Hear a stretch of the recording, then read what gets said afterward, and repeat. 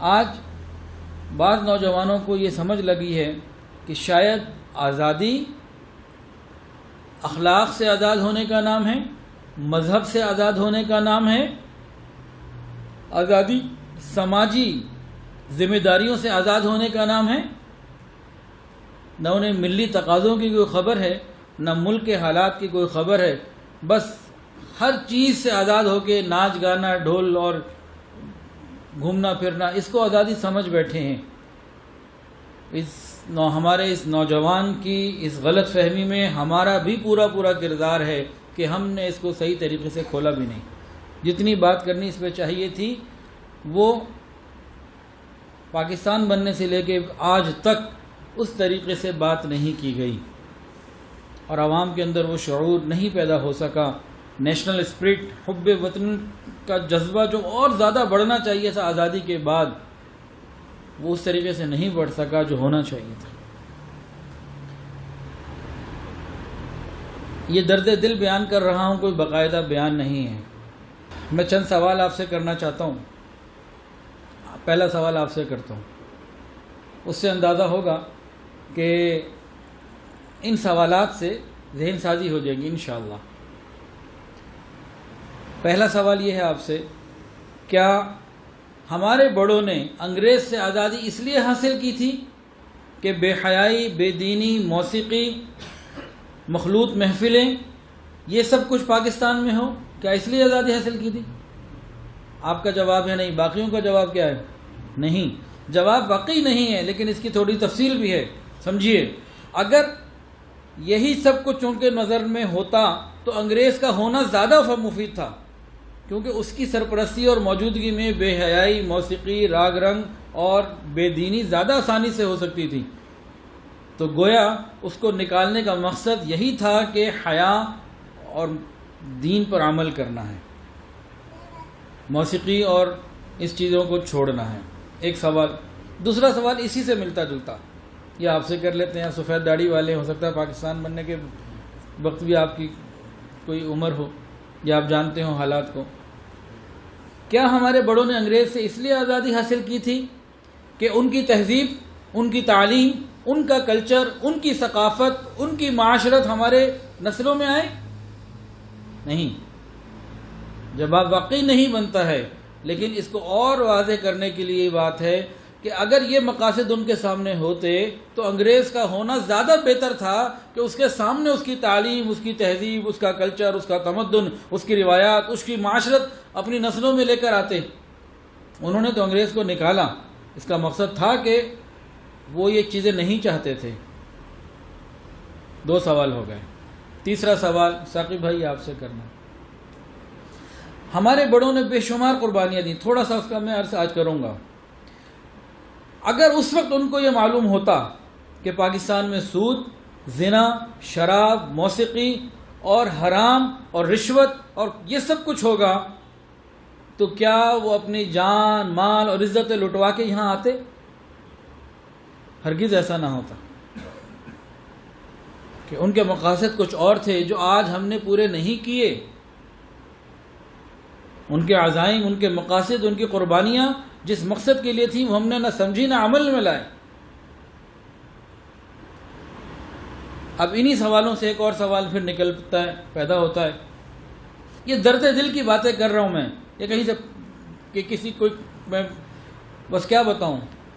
کیا قیامت، اب اگلا سوال، کیا قیامت کے دن اللہ تعالیٰ ہم سے یہ نہیں پوچھ سکتے کہ دیکھو تمہارے بڑوں نے جس مقصد کے لیے قربانیاں دی تھیں، انہوں نے ملک مانگا تھا، میں نے دیا تھا، بتاؤ تم نے اس مقصد کو پورا کرنے کے لیے کیا کیا؟ اللہ پوچھ سکتے ہیں نا یہ سوال۔ اگر یہ سوال مجھ سے ہو گیا بحیثیت ایک پاکستانی مسلمان، مجھے بتائیے ہم کیا جواب دیں گے؟ اچھا، اللہ رب العزت تو اللہ رب العزت ہیں۔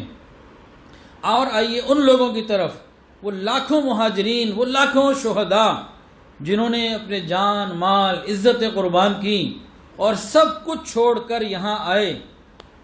اگر ان شہداء نے اور ان لوگوں نے قیامت کے دن ہم سے سوال کر لیا کہ تم ہماری ہی نسل میں تھے، تمہاری آزادی کے لیے ہم نے جانیں قربان کی، مال قربان کیے، بتاؤ تم نے ہماری قربانیوں کا کیا حق ادا کیا.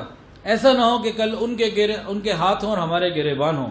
وہ گریبان پکڑ کر وہ معصوم بہنیں اور مائیں اور بچیاں پوچھیں کہ ہم نے تو اپنی عزت قربان کی تھی کہ تم اپنی عزت پر عمل کرتے، عزت کے مطابق زندگی گزار سکو، بتاؤ تم نے کیا کیا.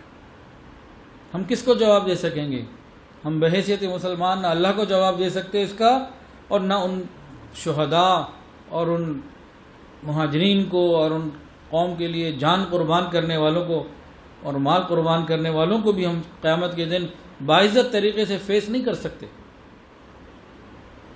یہ باتیں سمجھنے کی ہیں. آج کا نوجوان آزادی کو بعض لوگ یہ سمجھ لیتے ہیں ہر چیز سے آزاد ہو گئے. ایسا نہیں ہے.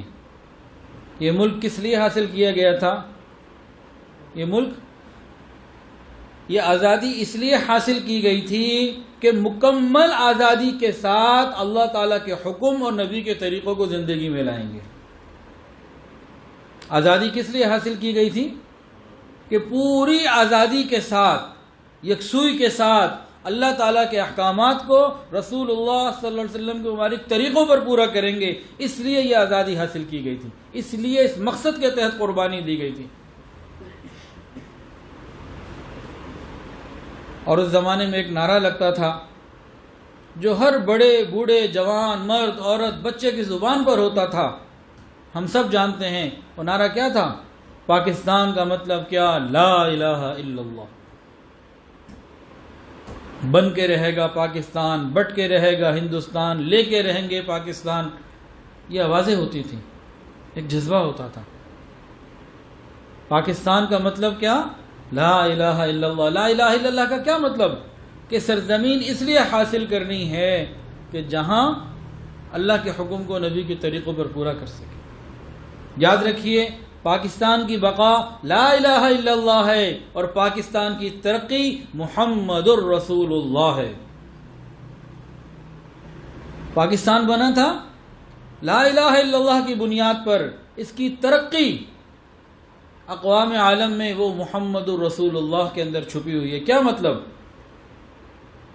کہ اس زمین کے اوپر اللہ کی حاکمیت کو سمجھتے ہوئے اور نبی علیہ السلام کے طریقوں پر عمل کرنا، اس کو اپنی زندگی میں لے کر آنا، یہ پاکستان کی ترقی کا راز ہے. انشاءاللہ پاکستان تو قیامت کی صبح تک رہے گا. بات یہ ہے کہ قیامت کے دن ہم ان قربانیاں دینے والے لوگوں کو کیا شکل دکھائیں گے، کیا منہ دکھائیں گے.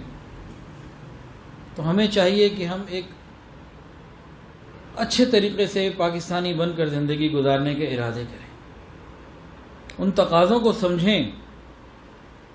صرف یہ نہیں کہ ایک بیان میں آئے، بیان سنا، کچھ جذبات آئے، 4 جھنڈے لگا لیے، اس کے بعد فارغ ہو گئے.